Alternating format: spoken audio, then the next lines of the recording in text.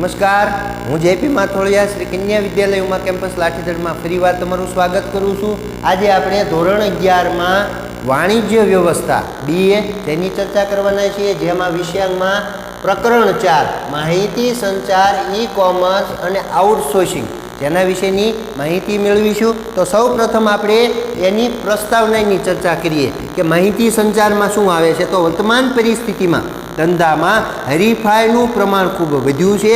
આ હરીફાઈના યુગમાં ધંધાના વિકાસ માટે માનવ સંસાધનો જેવા પરિબળો અગત્યના બન્યા છે। હરીફાઈમાં ટકી રહેવા માટે ઊંચી ગુણવત્તાવાળી વસ્તુઓ, વસ્તુની નીચી પડતર કિંમત, માલની ઝડપી હેરફેર તથા ગ્રાહકની વધુ સારી સેવા જેવી બાબતો ધંધાકીય એકમો માટે અગત્યની બને છે। માહિતી સંચારના સાધનો દ્વારા માહિતી સંચારની પ્રક્રિયા ધંધાકીય એકમો માટે અત્યંત જરૂરી બની છે। ધંધાકીય એકમના અન્ય એકમો તથા ગ્રાહકો સાથેના વ્યવહારો માટે ઈ-કોમર્સની વ્યવસ્થા અસ્તિત્વમાં આવી છે। એટલું જ નહીં, પરંતુ ધંધાના આંતરિક કાર્યો બહારના સ્ત્રોત દ્વારા સરળતાથી થઈ શકે તે માટે આઉટસોર્સિંગ પણ ધંધાની જરૂરિયાત એક બની છે। જો અહીંયા આપણે તો કે સાંપ્રત સમયમાં જેમ જેમ ધંધાકીય એકમો પોતે વિસ્તરતી જાય છે, એમ બધાઓ વચ્ચે હરીફાઈનું પ્રમાણ જે છે વધતું જાય છે। જે હરીફાઈમાં પોતાની વસ્તુ જે છે એની કિંમત કઈ રીતે વધારવી, પોતાની વસ્તુની પડતર કિંમત કઈ રીતે ઘટાડવી, ત્યારબાદ માલની ઝડપી હેરફેર કઈ રીતે કરવી, ત્યારબાદ તો કે સારામાં સારી ગ્રાહકને સેવા કઈ રીતે પૂરી પાડવી, ત્યારબાદ માહિતી સંચારના સાધનો દ્વારા ધંધાકીય એકમો એ જરૂરી બને એટલા ગ્રાહકોની સાથેના વ્યવહારો કરવા માટેના પ્રયત્નો કરે છે, જેને આપણે ઈ-કોમર્સની વ્યવસ્થા ધીરે ધીરે અસ્તિત્વમાં આવી છે। ત્યારબાદ આંતરિક કાર્યો જે છે પોતાના એ બહારના લોકોને જ્યારે સોંપીએ ત્યારે જે છે ખાસ કરીને આઉટસોર્સિંગની જે છે એ પ્રક્રિયા અસ્તિત્વમાં આવી છે। તો એની બધાઓની આ પ્રકરણમાં આપણે વિગતે સમજૂતી મેળવવાની છે, જેમાં સૌ પ્રથમ આપણે માહિતી સંચારના અર્થ વિશે માહિતી મેળવીએ। તો માહિતી સંચાર એટલે શું? તો માહિતી સંચાર એટલે પ્રત્યાયન। પ્રત્યાયન માટે અંગ્રેજીમાં કોમ્યુનિકેશન શબ્દનો ઉપયોગ થાય। જો માહિતી સંચાર એટલે શું? તો કે પ્રત્યાયન। પ્રત્યાયનને ઇંગ્લિશમાં શું કહેવાય? તો કે કોમ્યુનિકેશન શબ્દ એ ઇંગ્લિશમાં આપ્યો છે। જે કોમ્યુનિકેશન શબ્દ ક્યાંથી આવ્યો? તો કે લેટિન ભાષાનો છે, જેમાંના બે શબ્દ આપ્યા છે, કોમ્યુનિસ અને કોમ્યુનિકેર। બરાબર, કોમ્યુનિસ અને કોમ્યુનિકેર ઉપરથી, લેટિન ભાષા ઉપરથી આ કોમ્યુનિકેશન શબ્દ આવ્યો છે, જેનો અર્થ થાય છે પ્રત્યાયન। જે પ્રત્યાયન માહિતી સંચાર તરીકે આપણે એનો ઓળખી શકીએ, જેનો અર્થ ટુ શેર કોમન એવો થાય છે। પ્રત્યાયનના અર્થમાં સમય જતાં ઘણા પરિવર્તનો આવ્યા, જેના લીધે આજે પ્રત્યાયનનો અર્થ કેવો બન્યો છે? વિશાળ બન્યો છે। બરાબર, તો અહીંયા આપણને કીધું માહિતી સંચાર, જેનો અર્થ શું થાય? તો આપણને પ્રથમ આપ્યો પ્રત્યાયન। પ્રત્યાયનને અંગ્રેજીમાં કહેવાય કોમ્યુનિકેશન। કોમ્યુનિકેશન શબ્દ લેટિન ભાષામાંથી આવ્યો, જે લેટિન ભાષામાં બે શબ્દો ઉપરથી આવ્યો, એક કોમ્યુનિસ અને કોમ્યુનિકેર। બરાબર, જેનો અર્થ શું થાય છે? તો કે ટુ શેર કોમન એવો અર્થ થાય છે। બરાબર, જેમાં ધીરે ધીરે જેમ જેમ એ આધુનિક યુગ થતું ગયું, એમ આમાં જે છે માહિતી સંચારના પ્રત્યાયનમાં જે છે અવનવા ફેરફારો થતા ગયા, એટલે કે આ અર્થ જે છે વિશાળ બનતો ગયો। આદિમાનવો સંકેતો અને હાવભાવથી અશાબ્દિક પ્રત્યાયન કરતા હતા। જો આદિમાનવો જે કોઈ પણ લેવડ દેવડ કરવી હોય અથવા તો કોઈ પણ જે છે માહિતીની આદાન પ્રદાન કરવું હોય, તો એના માટે એ અશાબ્દિક એ વર્તનો કરતા, અશાબ્દિક જે છે એ પ્રત્યાયનો કરતા, અથવા તો હાવભાવ કરતા, અથવા તો કોઈક સંકેતો બતાવતા, જેને આપણે જે છે માહિતી સંચાર તરીકે ઓળખી શકીએ। ત્યારબાદ તો કે એમાં ધીરે ધીરે બોલી સ્વરૂપે ભાષાનો ઉપયોગ માહિતી સંચારમાં થવા લાગ્યો। ત્યારબાદ વિજ્ઞાન અને ટેકનોલોજીના વિકાસના પરિણામે ભાષા અને સંજ્ઞાઓના ઉપયોગથી પ્રસારણના વિવિધ માધ્યમો દ્વારા માહિતી સંચાર ઝડપી અને કેવું બન્યું? સરળ બન્યું। આદિમાનવ તો કે સૌ પ્રથમ સંકેતો દ્વારા, હાવભાવ દ્વારા અશાબ્દિક પ્રત્યાયન કરીને સામેવાળાને જે છે માહિતીનું આદાન પ્રદાન કરતો। ત્યારબાદ તેમાં ધીમો વધારો થઈને બરાબર બોલી સ્વરૂપે ભાષા દ્વારા તમે જે છે એનો જે છે આદાન પ્રદાન કરવા માંડ્યા। ત્યારબાદ વિજ્ઞાન અને ટેકનોલોજીના વિકાસ થતાં આ સંજ્ઞા, ભાષા અને સંજ્ઞાઓના ઉપયોગથી પ્રસારણનો વિવિધ રીતે જે છે માધ્યમો દ્વારા આ માહિતી સંચારનો ઉપયોગ વધવા લાગ્યો। માહિતી સંચાર એ દ્વિમાર્ગી પ્રક્રિયા છે। જો એના માર્ગો કેટલા છે? બે પ્રકારના માર્ગો અહીંયા બતાવ્યા છે। માહિતી સંચારમાં માહિતીનો એક સ્ત્રોત પાસેથી લઈને અન્યને પહોંચાડવાની પ્રક્રિયા ગણવામાં આવી છે. જો પોતાની પાસે છે એ સામેવાળાના મગજમાં દાખલ કરવું, બરાબર. તો પોતાની પાસેનો એક વર્ગ છે, બીજો વર્ગ જે છે એને સામેવાળાને આપણે જે છે માહિતી પહોંચાડીએ એ વર્ગ કહેવાય. તો અન્યને પહોંચાડવાની પ્રક્રિયા. આ પ્રક્રિયામાં માહિતી મોકલનારા દ્વારા માહિતીને જે તે સ્વરૂપમાં એકઠી કરીને યોગ્ય માધ્યમો કે માર્ગ દ્વારા મોકલવામાં આવે છે. માહિતી મેળવનાર સંદેશાનું અર્થઘટન કરી તેનો પ્રતિસાદ આપે છે. આમ માહિતી સંચારમાં માહિતી, ખ્યાલો, સંવેદનાઓ, લાગણીઓ કે સૂચનાઓનું બે કે તેથી વધુ વ્યક્તિઓ વચ્ચે શું થાય છે? આદાન પ્રદાન થાય છે. જો અહીંયા તો કે આ પ્રક્રિયા કેવી થાય છે? તો કે દ્વિમાર્ગી છે.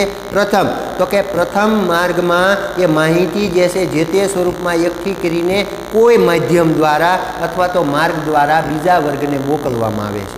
જે માહિતી મેળવનાર સૌ પ્રથમ સંદેશાનું અર્થઘટન કરે છે, એટલે કે સમજે છે. ત્યારબાદ એનો પ્રત્યુત્તર એટલે કે પ્રતિસાદ આપે છે. ત્યારબાદ આ માહિતી સંચાર કેવો હોય? તો કે ખ્યાલો સ્વરૂપે હોય, માહિતી સ્વરૂપે હોય, સંવેદનાઓ સ્વરૂપે, લાગણીઓ સ્વરૂપે અને સૂચનાઓ સ્વરૂપે હોય. જે બે કે તેથી વધુ વ્યક્તિઓનો જે છે એ માહિતીની આદાન પ્રદાન તમે કરી શકો છો. તો એને માહિતી સંચાર તરીકે આપણે ઓળખી શકીએ. આગળ માહિતી સંચારમાં જ્યારે સંદેશાઓ શબ્દો દ્વારા એટલે કે ભાષાના ઉપયોગ દ્વારા રજૂ થતા હોય ત્યારે તે શાબ્દિક માહિતી સંચાર બને છે. શાબ્દિક માહિતી સંચારમાં માહિતી લેખિત કે મૌખિક સ્વરૂપે હોય છે. જો અહીંયા જો ભાષાનો તમે ઉપયોગ કર્યો, શબ્દનો તમે ઉપયોગ કર્યો તો એ શાબ્દિક અને જે છે શાબ્દિક સ્વરૂપે જે છે માહિતી સંચાર થયો કહેવાય. જેમાં તમે કાં તો લેખિત સ્વરૂપે શાબ્દિકનો ઉપયોગ કરશો અને કાં તો મૌખિક સ્વરૂપે. લેખિત સ્વરૂપે એટલે કે લખીને સામેવાળાને સંદેશો પહોંચાડો અને મૌખિક એટલે કે મોઢે મોઢ એની જે છે એ માહિતી તમારે બીજાને આપવી, બરાબર. તો આને જે છે એ માહિતી સંચારનો શાબ્દિક માહિતી સંચારનો પ્રકાર ગણાય. શાબ્દિક માહિતી સંચારમાં શબ્દોની યોગ્ય પસંદગી અને વાક્યમાં તેનું સ્થાન પણ ખૂબ અગત્યના છે. આથી વાક્યમાંથી મળતા સંદેશાનો ચોક્કસ અર્થ નીપજે છે. સંદેશાની રચના કરતી વખતે કીપ ઇટ શોર્ટ એન્ડ સ્વીટનો સિદ્ધાંત અનુસરવા જેવો હોય. એટલે કે સંદેશો કેવો હોવો જોઈએ? તો કે ટૂંકો અને સરળ હોવો જોઈએ. જો જે કોઈ તમે એ ભાષા દ્વારા બરાબર વર્ણનાત્મક રીતે બીજા વ્યક્તિને તમે જે માહિતીનું આદાન પ્રદાન કરતા હોય તો એ માહિતીમાં યોગ્ય જે છે ખાસ કરીને શબ્દોની યોગ્ય વહેંચણી હોવી જોઈએ. વાક્યનું તેમાં સ્થાન એ અગત્યનું છે. કારણ કે જો સામેવાળો વ્યક્તિ એની માહિતી નહીં સમજે, અર્થસભર નહીં લે, બરાબર, તો તમે જે છે એ માહિતી સામેવાળાને પહોંચાડી શકવાના નથી. ત્યારબાદ બીજી બાબત કીધી તો કે સંદેશાની રચના કરતી વખતે કીપ ઇટ શોર્ટ એન્ડ સ્વીટનો સિદ્ધાંત. એટલે કે અહીંયા કેવો સંદેશો દેવાનો છે? ટૂંકો અને સરળ, જેના કારણે ટૂંકમાં એની સમજૂતી જે છે એ પૂરેપૂરી સામેવાળો વ્યક્તિ મેળવી શકે. માહિતી સંચારમાં શબ્દ રહિત માહિતી મોકલવામાં અને મેળવવામાં આવે ત્યારે તેને આપણે શું કહીએ છીએ? અશાબ્દિક માહિતી સંચાર. જો શાબ્દિક માહિતી સંચાર અગાઉ આપણે જોઈ ગયા. હવે અશાબ્દિક, જેમાં કોઈ શબ્દનો કે ભાષાનો ઉપયોગ કરવામાં આવતો હોતો નથી, તો એને અશાબ્દિક માહિતી સંચાર કહેવામાં આવે. આ પ્રકારના માહિતી સંચારમાં માહિતીને આપણે ઈશારા, શારીરિક અભિવ્યક્તિ, શારીરિક મુદ્રા, ચહેરાનો હાવભાવ, આંખના ઈશારા અને કલાત્મક રીતે એટલે કે વાદન, ગાયન, નૃત્ય, શિલ્પકામ, ચિત્રો, નકશા, તોપોની સલામી, સાયરન વગેરે દ્વારા કરી શકાય. એટલે કે જેમાં ભાષા કે શબ્દનો ઉપયોગ ન કરવામાં આવે તો એને અશાબ્દિક કહેવાય. જે અશાબ્દિકમાં તમે જે છે હાવભાવ કરી શકો, ઈશારાઓ કરી શકો, શારીરિક અભિવ્યક્તિમાં શારીરિક મુદ્રા, ચહેરાનો હાવભાવ, આંખનો ઇશારો, કલાત્મક રીતે એની જે છે તમે પછી સામેવાળાને માહિતીનું આદાન પ્રદાન કરી શકો. જેમાં વાદન, ગાયન, નૃત્ય, શિલ્પકામ, ચિત્રો, નકશા, તોપોની સલામી અને સાયરન દ્વારા જે છે એ તમારી માહિતી બીજા વ્યક્તિને તમે જે છે એ સમજાવી શકો છો. જે માહિતીનો સંચાર એ અશાબ્દિક માહિતી સંચાર તરીકે આપણે ઓળખી શકીએ. શાબ્દિક માહિતી સંચારના બે પ્રકાર આવ્યા હતા કે લેખિત અને મૌખિક, કે જે ભાષા દ્વારા શબ્દો દ્વારા થતો હોય. અહીંયા કોઈ ભાષા કે શબ્દનો ઉપયોગ થતો હોય નહીં, બરાબર. એટલે કે ભાષા રહિત હોય તો એને અશાબ્દિક માહિતી સંચાર ગણવામાં આવે છે, જે હાવભાવ ઈશારા દ્વારા આપવામાં આવતો હોય. ત્યારબાદ માહિતી સંચારની ખાસ કરીને આપણે વ્યાખ્યા જોઈ લઈએ તો વિચારો, અભિપ્રાયો કે માહિતીનું વક્તવ્ય, લખાણ કે સંજ્ઞાઓ દ્વારા સંદેશાની આપલે થવી એટલે આપણે શું કહીએ છીએ? માહિતી સંચાર. જો અહીંયા તો કે તમારા વિચારો સામેવાળાને આપવાના, અભિપ્રાયો, માહિતીનું વક્તવ્ય, લખાણ કે સંદેશાઓ એ પોતાની પાસેથી બીજા વ્યક્તિને જે છે એ સંદેશાની આપલે કરવી તો એને આપણે શું કહીએ છીએ? માહિતી સંચાર તરીકે ઓળખી શકીએ. બીજી વ્યાખ્યા જોઈએ તો માહિતી સંચાર એટલે લોકો વચ્ચે થતી એક એવી પ્રક્રિયા છે જેમાં માહિતી મોકલનાર જ્ઞાન, વિચારો, ખ્યાલો, સમજણ, સંવેદનાઓ, લાગણીઓ કે વલણો અંગેની માહિતીનું યોગ્ય સંકેતો દ્વારા યોગ્ય માધ્યમથી થતું એવું પ્રસરણ છે કે જે માહિતી મેળવનારને પ્રભાવિત કરે, તેના વર્તનમાં પરિવર્તન થાય, તેની સાથે સંબંધ સ્થાપે અને જાળવે, જેને પણ માહિતી સંચાર તરીકે ઓળખી શકાય. તો આ એક એવી પ્રક્રિયા કીધી જેમાં માહિતી મોકલનાર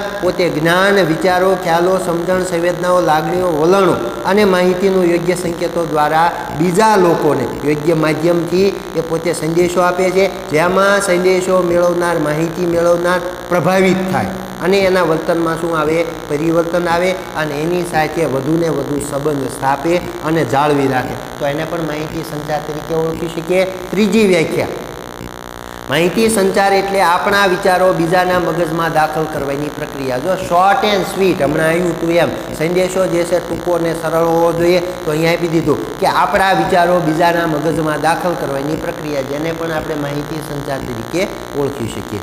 તો માહિતી સંચારની પ્રક્રિયા શું છે? તો એના અલગ અલગ સોપાનો આપણે જોઈ લઈએ. તો એના સોપાનોમાં ક્યાં ક્યાં આવ્યા છે? તો એમાં પ્રક્રિયામાં આધાર સામગ્રી ડેટા પર પ્રક્રિયા કર્યા બાદ મળતી નિપજ એટલે માહિતી. ઉદાહરણ તરીકે એક વસ્તુના 5 એ સ્થળેથી ભાવ લેવામાં આવે તો ભાવ એ ડેટા છે, પરંતુ તેમાં સૌથી ઓછા ભાવ, સૌથી વધુ ભાવ જેવી વિગતો એની શું છે? માહિતી છે. બરાબર. તો એની પ્રક્રિયા માહિતી સંચારમાં માહિતીની આપલે માટેની પ્રક્રિયાના નીચે મુજબ જે છે સોપાનો મળી શકે છે. જો અહીંયા આધાર સામગ્રીમાં ડેટા તમને મળે છે જેની એક નિપજ પણ એ આપણને માહિતી દ્વારા મળતી હોય, જેમાં 5 સ્થળેથી તમે જ્યારે ભાવ લ્યો છો તો એ ડેટા કહેવાય અને એ 5માંથી સસ્તા ને મોંઘા કયા છે તો એ તમારી શું થઈ કહેવાય? માહિતી. ત્યારબાદ એની પ્રક્રિયાની વાત કરીએ તો પ્રથમ જે છે સંદેશાનું ઘડતર. માહિતીના આદાન પ્રદાનની પ્રક્રિયામાં સંદેશાની રચના કરવામાં આવે. સંદેશો મૌખિક, લેખિત, શાબ્દિક કે અશાબ્દિક હોય. ઉદાહરણ તરીકે રાજકોટથી રાત્રે 8 કલાક પછી વડોદરા જવું છે તો આ માટે માહિતી સંચારની પ્રક્રિયાના સોપાનો નીચે મુજબ છે. જો રાજકોટથી તમારે રાત્રે 8 વાગે વડોદરા જવું હોય તો તમે એ શાબ્દિક દ્વારા કઈ રીતે એની માહિતી આપી શકો છો, જેની સમજૂતી અહીંયા આપણને આપવામાં આવી છે. થોડીક આપણે એના સોપાનો દ્વારા એની સમજૂતી મેળવી લઈએ તો ખાસ કરીને એના સોપાનોમાં આપ્યું છે તો સંદેશાનું ઘડતર. પ્રથમ તો માહિતીના આદાન સોપાનની સમજૂતીમાં માહિતીના આદાન પ્રદાનની પ્રક્રિયામાં સંદેશાની રચના કરવામાં આવે. સંદેશો મૌખિક, લેખિત, શાબ્દિક કે અશાબ્દિક હોય. જો સૌ પ્રથમ સોપાન તો સંદેશાનું ઘડતર. જે માહિતી તમારે આપવાની છે એ કેવા પ્રકારની આપવાની છે એની રચના તો કે મૌખિક આપવાની છે, લેખિત આપવાની છે, શાબ્દિક કે અશાબ્દિક. તો સામે તો કે એનું ઉદાહરણ પણ આપ્યું છે રાજકોટથી રાત્રે 8 કલાક પછી વડોદરા જવા માટે બસ કેટલા વાગ્યે મળશે તેવા પ્રશ્નની આખી શું કરવાની છે? રચના કરવાની છે. તો એવું જે છે માહિતી સંચાર આપણે બનાવવાનો છે. ત્યારબાદ માધ્યમની પસંદગી. તો માધ્યમ કોઈક લેવું પડશે તો સંદેશાની રચના કર્યા પછી સંદેશો મોકલવા માટે રૂબરૂ અથવા માહિતી સંચારના સાધનો પૈકી કોઈ એક અથવા એક કરતાં વધુ માધ્યમોની તમે શું કરશો? પસંદગી કરો છો. તો એના માટે કોઈ માધ્યમ જોઈશે જે માધ્યમ દ્વારા તમારી પાસેની માહિતી બીજાના મગજમાં તમે દાખલ કરી શકો. તો સંદેશો મોકલવા માટે ટેલિફોનના માધ્યમની પસંદગી કરવામાં આવી. તો અહીંયા ટેલિફોન લીધો. સંદેશો મોકલવો છે તો સંદેશાની રચના અને માધ્યમની પસંદગી કર્યા પછી સંદેશો મોકલવામાં આવે છે. તો ટેલિફોનના માધ્યમ દ્વારા સામેવાળા માણસને માહિતી આપવામાં આવે. તો એમાં શું લખ્યું? તો ટેલિફોન દ્વારા રાજકોટથી રાત્રે 8 કલાક પછી વડોદરા જવા માટે બસ ક્યારે મળશે તેવું શું કરવામાં આવે છે? ટેલિફોન દ્વારા પૂછવામાં આવે. હવે સંદેશો સ્વીકાર્યો, સામેવાળાએ સ્વીકાર્યો જે કીધું તે. તો સંદેશો મોકલનાર સંદેશો મોકલે છે ત્યારે સંદેશો મેળવનાર સંદેશાનો સ્વીકાર કરે. શું? તો ટેલિફોન દ્વારા રાજકોટથી રાત્રે 8 કલાક પછી વડોદરા જવા માટે બસ ક્યારે મળશે તેવો સંદેશો સામેવાળાને શું થાય છે? તો કે મળે છે. બરાબર. ત્યારબાદ સંદેશાનું અર્થઘટન.